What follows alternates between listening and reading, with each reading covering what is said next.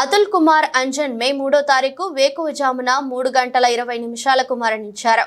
ఇటీవల అనారోగ్యంతో సంవత్సర కాలం పాటు బాధపడుతున్నారు. ఈ రోజు ఉదయం ప్రైవేట్ హాస్పిటల్లో మరణించారు. అతుల్ కుమార్ అంజన్ విద్యార్థి దశ నుండి రాజకీయాల్లో క్రియాశీలకమైన పాత్ర నిర్వహించారు. వారిది కమ్యూనిస్టు పార్టీ కుటుంబం. అతుల్ కుమార్ అంజన్ తండ్రి డాక్టర్, తల్లి టీచర్ గా పనిచేశారు. 1970 దశకంలోనే ప్రతిష్టాత్మకమైన లక్నో యూనివర్సిటీలో అధ్యక్షుడిగా ఎన్నికై 2 సంవత్సరాల కాలం పనిచేశారు. 1978లో పంజాబ్ రాష్ట్రంలో లూధియానాలో అఖిల భారత విద్యార్థి సమాఖ్య అధ్యక్షుడిగా ఎన్నికై 2 పర్యాయాలు కొనసాగారు. అఖిల భారత కిసాన్ సభ ప్రధాన కార్యదర్శిగా, భారత కమ్యూనిస్టు పార్టీ కార్యదర్శి వర్గ సభ్యుడిగా సుదీర్ఘకాలం కొనసాగారు. అనారోగ్యంతో గత సంవత్సరం కాలంగా బాధపడుతూ ఈ రోజు చనిపోయారు. బాధాకరమైంది. అతుల్ కుమార్ అంజన్ చిత్రపటానికి తెలంగాణ రాష్ట్ర రైతు సంఘం వైవి కృష్ణారావు కార్యాలయంలో రిటైర్డ్ ప్రొఫెసర్ సోమా మర్లా పూలమాల వేసి శ్రద్ధాంజలి ఘటించారు. అతుల్ కుమార్ అంజన్ గారికి జోహార్లు, వారి కుటుంబ సభ్యులకు సానుభూతిని తెలియజేశారు.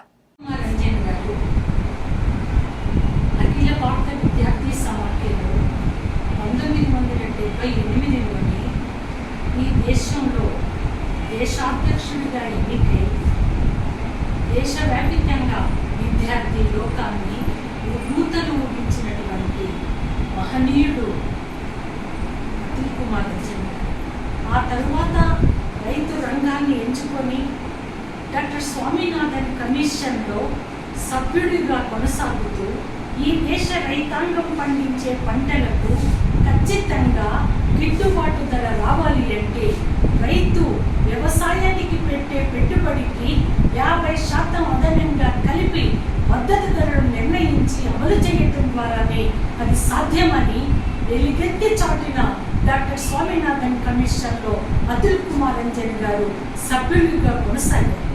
వారు ఆ సందర్భంగా కమిషన్ అన్ని రాష్ట్రాలలో రైతుల గురించి, వ్యవసాయ అభివృద్ధి గురించి జరిగినటువంటి పరిశీలనలో, సర్వేలో అనేక రాష్ట్రాలు పర్యటించి వేలాది మంది రైతులతో వారు కూర్చొని మాట్లాడి వారి అనుభవాలను సేకరించడంలో, కమిషన్లో మంచి నిర్ణయాలు చేయటంలో అగ్రగామి పాత్ర వహించాడు ఈ దేశంలో అతుల్ కుమార్ అంజన్ గారు.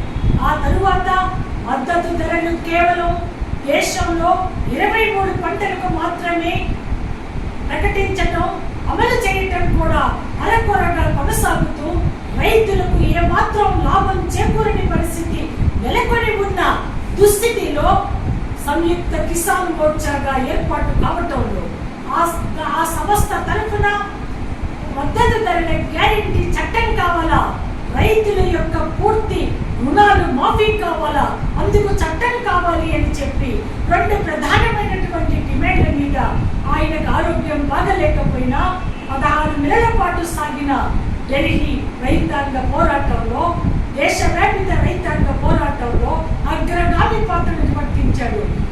రాష్ట్రంలో, కేంద్రంలో పంజాబ్ కానీ, హర్యానా కానీ, ఉత్తరప్రదేశ్ కానీ ఇటువంటి రాష్ట్రాలతో పాటు కేంద్ర పాలకుల మీద నికరంగా ఆయన ఒత్తిడి తీసుకురావడంలో మంచి పాత్ర నిర్వర్తించడమే కాదు, వేలాది లక్షలాది మంది రైతులను ఆయన చైతన్యవంతం చేశాడు. ఈరోజు సైనికులుగా నిలబడి కేంద్రంలో రైతులకు వ్యతిరేకంగా తీసుకొచ్చినటువంటి 3 చట్టాలను కేంద్ర పాలకులు మోడీ ఈ దేశ రైతులకు, ప్రజలకు క్షమాపణ చెప్పి దండం పెట్టి ఈ చట్టాలను వెనక్కి తీసుకుంటాను, మద్దతు ధరల గ్యారెంటీ చట్టం గురించి కూడా ఆలోచిస్తాను అని రాతపూర్వకంగా హామీ ఇచ్చేంత వరకు నిగ్గదీసి నిలబడి పోరాడినటువంటి రైతు నాయకుడు అతుల్ కుమార్ అంజన్ గారు. వారి మరణం మన దేశ రైతాంగంతో పాటు ఆయనకు ఇతర దేశాలలో కూడా రైతాంగ ఉద్యమంతో అనేక మంచి సంబంధాలు ఉన్నాయి. ఇతర దేశాలలో ఉన్న రైతాంగం అందరూ కూడా నిర్ఘాతపోయారు.